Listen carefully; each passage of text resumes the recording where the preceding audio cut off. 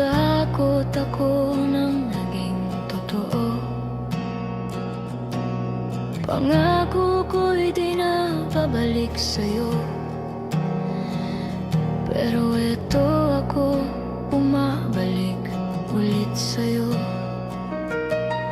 Pangako ko'y di na magninis, sinubukan ko pero nabigo. Libo-libong beses ko nang sinabi sa isip, pero hindi ko talaga iniwan. Malalaking pangako, mas malaki pa sa akin. Ano na kayang sasabihin bukas? Sasabihin nilang baliw na ako, tapos na raw. Pero alam mo, pag-ibig lang to.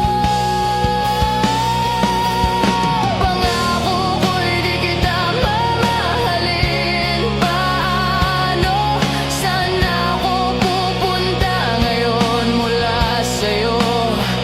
Nagsinungaling ako kasi sobrang sakit, at salamat sa Diyos hindi ko kinaya. Pangako, pangako, pangako, at bawat pangako naging abo na lang.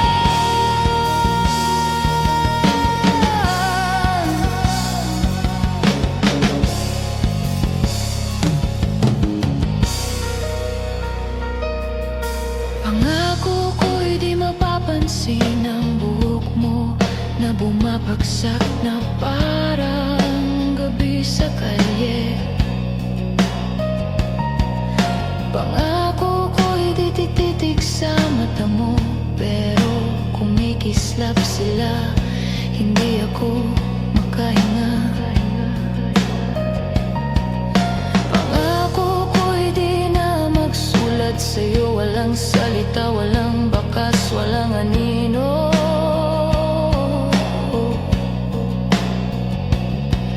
Pero sumuway ang kamay ko sa matigas kong pride, at puno ng pangalan mo ang pahina.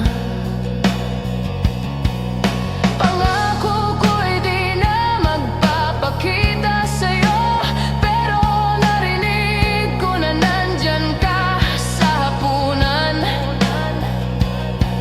Dumating ako na parang walang nangyari, na parang hindi ako nasusunog para sa'yo. Pangako ko'y di kita mamahalin. Paano? Saan ako pupunta ngayon mula sa'yo? Nagsinungaling ako kasi sobrang sakit, at salamat sa Diyos hindi ko kinaya. Pangako, pangako, pangako, at bawat pangako naging abo na lang.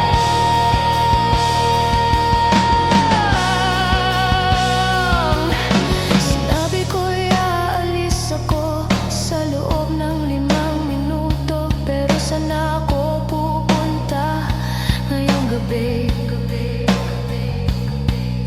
Hugasan ng ulan ng mga kalye, puno ng ilaw ang mga kafe, pero walang laman.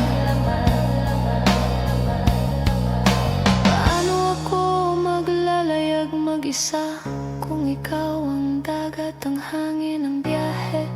10 minuto na lang hanggang mapatahimik ka.